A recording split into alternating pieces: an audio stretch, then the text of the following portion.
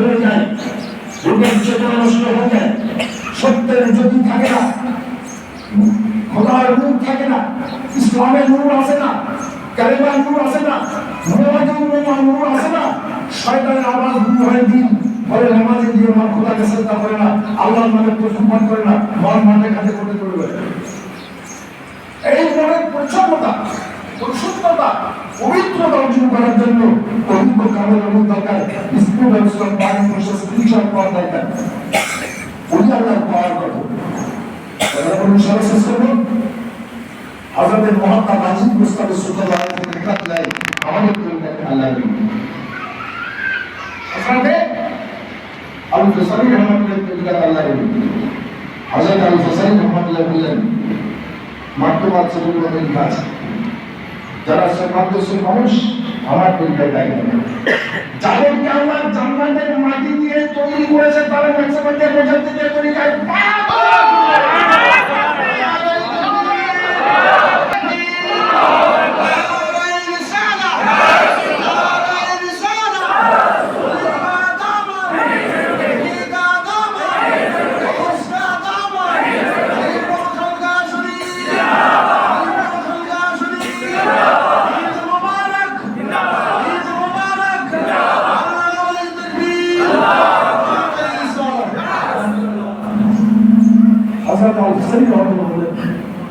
আমার তৈরি বায়াত যদি আইনজীবী তৈরি করতে না হয় তরিকাদের আকিদার করে একই থাকে তো কবরের সুবিধার পর মুনকারীদের কবরে আসার আগে দিয়ে আল্লাহ জারি হয়ে যাবে।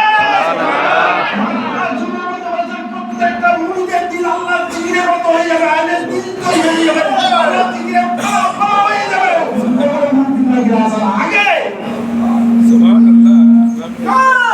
বলছেন আমার তরিকায় আর পাওয়া আমরা সেই তরিকায় তাকে বলছেন ওই তরিকার আল্লাহ মহাত্মা গাজী মুস্তাফা সুলতান ওনার তারপরে একজন আল্লাহ উনি দিয়েছেন, কিছু খাদিম নিয়ে গেছেন, কিছু মুরিদ নিয়ে গেছেন। ছিল রমজান মাস, উনি অসুস্থ থাকার কারণে হযরত মহাত্মা গাজী মুস্তাফা সুলতান অসুস্থ থাকার কারণে উনি খাবার খাচ্ছেন, ওই সময় প্রতিষ্ঠানে পৌঁছাবে।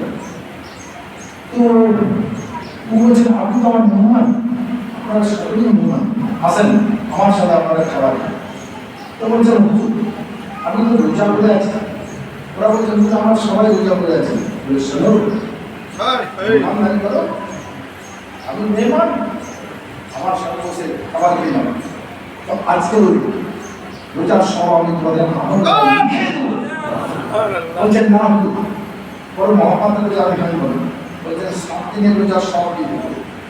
বলছেন না বলছেন 1 মাস রোজা করলে যত নীতি হবে, আজকে আমার সঙ্গে ইফতার করলে, আমার সঙ্গে নাস্তা করলে, আমার সঙ্গে মেহমানি করলে, আমার সময়ের সঙ্গে বসে আমি 1 মাস রোজা সব দিব, লিখে দেবো। কিয়ামতের দিন দেখে নিও আল্লাহ।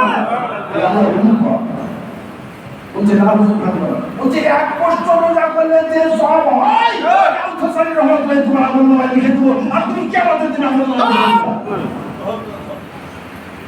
বলি ঘর ও বেচারা তোমার মানতে পারলো না, ইফতার করলো না, দরবার ত্যাগ করে যেমন বেরিয়ে গেল, তারপরে এমন অ্যাক্সিডেন্ট হলো যে অ্যাক্সিডেন্ট কি মারা হয়ে মারা গেল। আল্লাহ বলি পর আল্লাহ মানুষ যখন খাস নিয়াত করে আল্লাহ রুহির দরবারে আসে, মোহাম্মত যদি থাকে, প্রেম যদি থাকে, প্রেমের চোখে যদি আল্লাহ রুহির দিদার হয়ে যায়, আল্লাহ আল্লাহ বলেন হে মুজাদ্দিদ দুনিয়া থেকে সুবিধা তোমার প্রেম নিয়ে, তোমার মোহাম্মত নিয়ে তোমার দরবারে হাজির হয়ে গেছে, আর তোমাকে মোহাম্মতের চোখ দিয়ে, প্রেমের চোখ দিয়ে একবার দর্শন করে নিল, আর আমি আল্লাহ তাদের জীবনের গুনাহকে মাফ করে দিলাম। নামাজ হবে, নামাজ হবে, নামাজ হবে। এই যে হোয়াটসঅ্যাপ ভিডিও কল করো, ভিডিও কল করো, হোয়াটসঅ্যাপে যে ভিডিও কল করো তারপর দেখতে পাবা। হাজি করো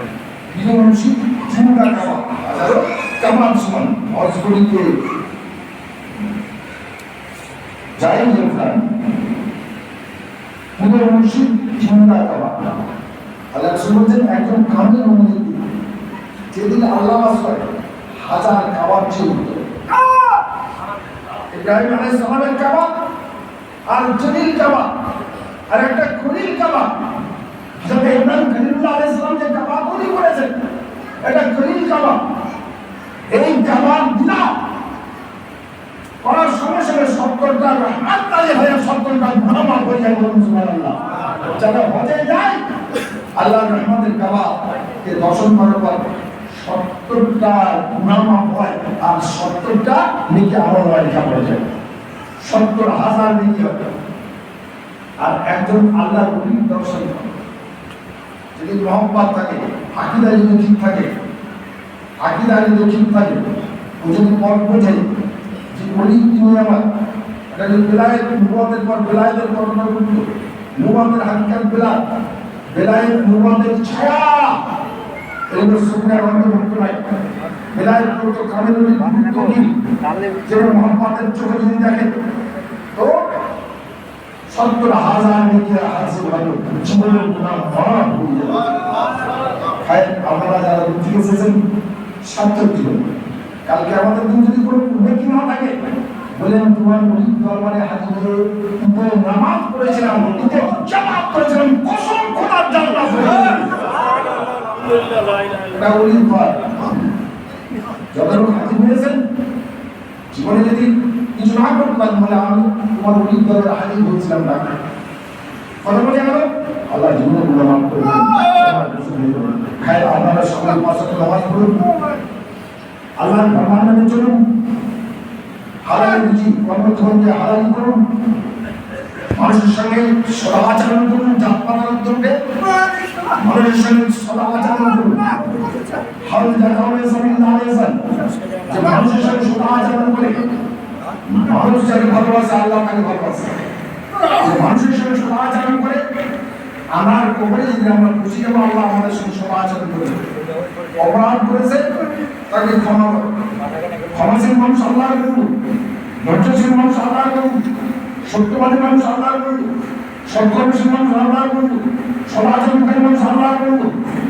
আল্লাহর ভালোবাসা যদি আমরা পেতে চাই, আল্লাহর রহমতের সদৃশ্য যদি পৌঁছাতে চাই, শান্তির পথ, সমন্বয়ের পথ, সম্প্রীতির পথ, মানবতার পথ, মানব সভ্যতার পথ, মানবাধিকার সুরক্ষিত করার পথে যে ইসলাম, পরিশুদ্ধ পরিপূর্ণ মানবিক সংবিধান হচ্ছে ইসলাম। ইসলামিক চেতনা, ইসলামিক বোধ, ইসলাম আদর্শবোধ শিক্ষা করার জন্য ওলির দরবারে আত্মসমর্পণ করতে হবে। যতদিন আত্মসমর্পণ করতে না পারবে ততদিন দিনের ভুল আসবে। অর্থাৎ মোজাদ্দিদ আনসারী রহমাতুল্লাহ এই নেট সার্চ করে দেখা যাবে ওনার 16টি উপদেশ। আর ওদের কি বলছেন আল্লাহর ওলি যেখানে বসে আছেন উচ্চারণ করবে না। আল্লাহর ওলি যে জায়গায় উজু করেছিলেন ওই জায়গাতে উচ্চারণ করবে না।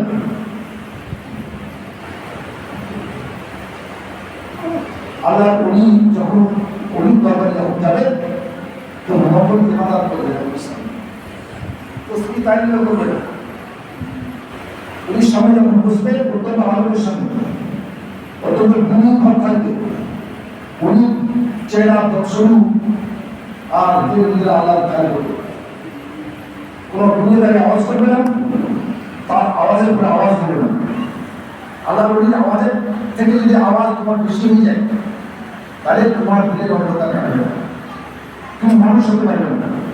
কারণ মায়ের এবং নবীর প্রতিনিধি, নবীর উপহার, নবীর দাস হচ্ছে আল্লাহ ওলি, যার নবীর সঙ্গে সম্পর্ক আছে, যার দিলে আল্লাহ আল্লাহর সঙ্গে মজুদ আছে, যিনি ফারাক বাগড়া বাগড়া হাসিল করেছেন, যিনি ফারাক রসুল হয়ে গেছেন।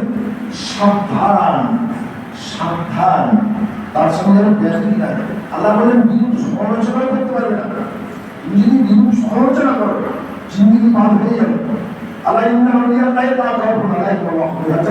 আল্লাহ মানে দুনিয়ার মানুষ সত্তা হয়ে যাবে যারা আল্লাহ নিকটে পৌঁছে গেছে, আল্লাহর সান্নিধ্য লাভ করেছে, আমার সম্পর্ক কায়েম হয়ে গেছে। ওই নফসের দাস নয়, তুমি নফসের দাস, ও কুকুর নয়, তুমি কুকুরের দাস, ও কুকুর দোষ নয়, তুমি কুকুর দাস, সে অর্থের দাস নয়, তুমি অর্থের দাস, তুমি প্রতিমার দাস, তুমি দুনিয়ার দাস, আর সে আল্লাহর দাস। যে আল্লাহর দাস বলে তোমাকে আমি এত নাকি ফেলেছি, সে আল্লাহর বলি গোলামি করো, মৃত্যুর গোলামি করো, অর্থের গোলামি করো, পরিবার গোলামি করো, আর আল্লাহর গোলামি করে আর আল্লাহর নবীর গোলামি করে। এতটাই ঠিক আছে।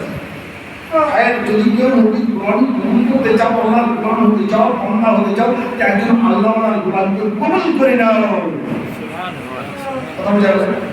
উনি দরবারে আদর্শে চলাফেরা করে, উনি দরবারে বহুদার কথা বলবেন, উনি দরবারে এসে মঞ্জুর করে ঢুকুন, উনি মাথায় দিয়ে ঢুকুন,